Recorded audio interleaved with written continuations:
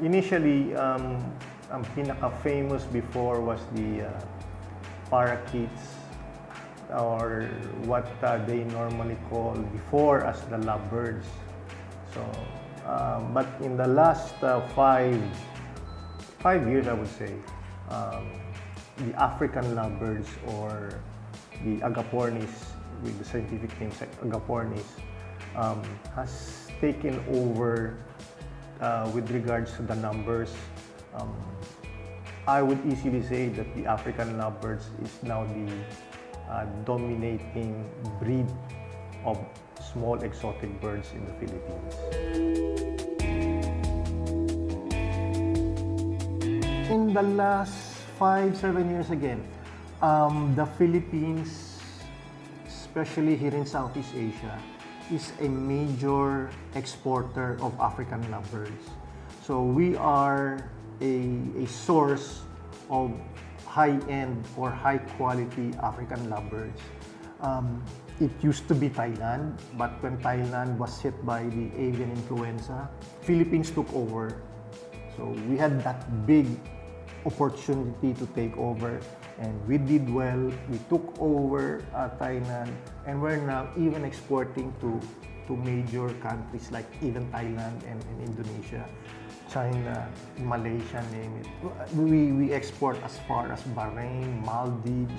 We should thank the Bureau of Animal Industry, the Department of Agriculture, for doing a very good job in keeping the Philippines bird flu free, because this is very, very advantageous for us, kasi we're able to export it.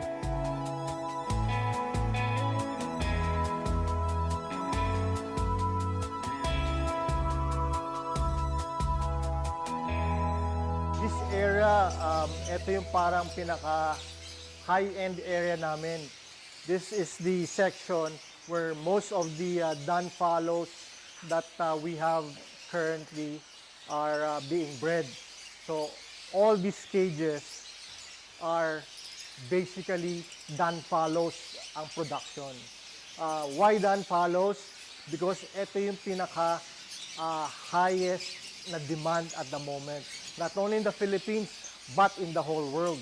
So we have birds na you will see that are sometimes ordinary looking, but when you check on their nest box, yung mga babies nila are super, super rare.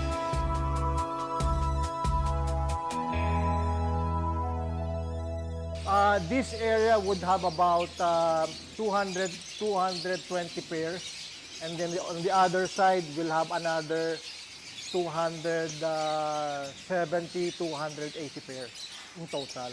So we have at least, I would say, 490 pairs of African lovebirds. Modesty aside, some international breeders, African lovebird breeders, came and visited the aviary. And in fact, Mr. Bloybergen himself has visited the aviary, and when he saw the collection, our collection, he told me that this is supposed to be the best collection of African lovebirds in the whole world. Why? Because out of the 9 subspecies of agapornis, we have 7. And of the 9, yung isa is almost extinct. There are several factors that led to the reason why the African lovebirds became #1, not only in the Philippines but all over Asia. The first reason would be yung easy keeping siya. They're so easy to manage. Etong African lovebirds or the agapornis, they're very sturdy. So matibay sila eh. So madali sila alagaan, wala silang problema sa feeds, hindi sila basta-basta namamatay, or hindi sila basta-basta tinatawag nga ng mga breeders, tumataob. Number 2, mutation-wise, marami silang mutations.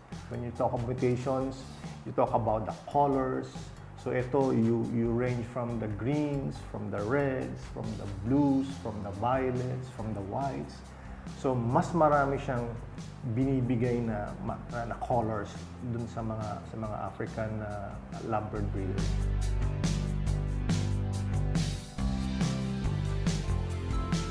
These are the most sought after birds, not only in the Philippines but in the whole world. Currently, this mutation of African lovebirds are only present in 2 countries. Well, I'll say 3 countries now, because the first one is Belgium, the second is the Philippines, and we just exported a few of these mutations to Indonesia. Wala nito sa ibang mundo, dito lang sa atin. So the most number of collections in any part of the world is in the Philippines. They're not simply danfalos, they're not simply fishers, but ito yung mga high-end talaga. So you can see from the colors alone, mga violet, dark violet, then we have yung mauve here. So ito mga napaka-rare na mga ibon. Ito yung talagang pinagkakaguluhan ng lahat ng African lovebird breeders sa buong mundo. On this side is a very beautiful bird also. This is a fisher's lovebird. It's called the mauve Ewing opaline. One of the latest mutations that was produced in Belgium. We have it locally. We are now breeding this, and in fact, we are breeding this particular bird to some of the danfalos. Another bird that is very rare is this violet danfalo personata. So ito, this is a different subspecies. These are fishers. Ito ay personata. So the difference, makikita niyo yung ulo niya, dark siya. Unlike yung mga fishers, halos puti yung buong ulo. Ito, makikita niyo dito, yung ulo niya, grayish in color. So ito, this is also a fisher, but mauve naman ang color niya. So you have the violets, the mauve. This is what we call the light colored or light mauve. Ito yung true color ng mauve. So if we cross these two birds, if we pair them, cross them, yung ipuproduce na itong babies will be the first again in the world. We'd like to share one of our latest production, another first in the world.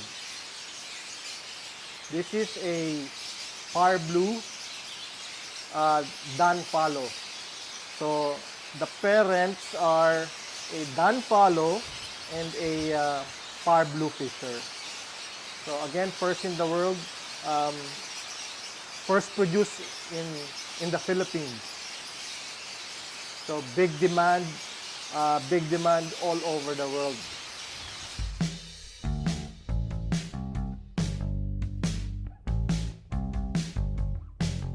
I really wanted to produce the most rare mutations, and fortunately, we've been able to do that. We're able to accomplish that, and eto dumami yung mga first in the world, first to produce in the world. Siguro we have hindi lang siguro mga 10 or 15 mutations of the agapornis in the whole world na first produced in the Philippines, produced in the aviary.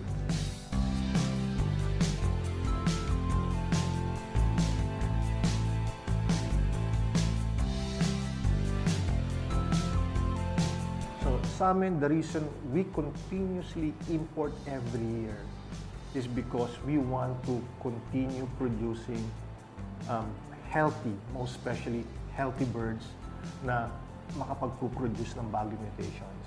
So don't stop because you have some good ones, no? Because you have to bring in new materials, new lines, or new birds para i-outcross mo para dun sa iyong mga current stock.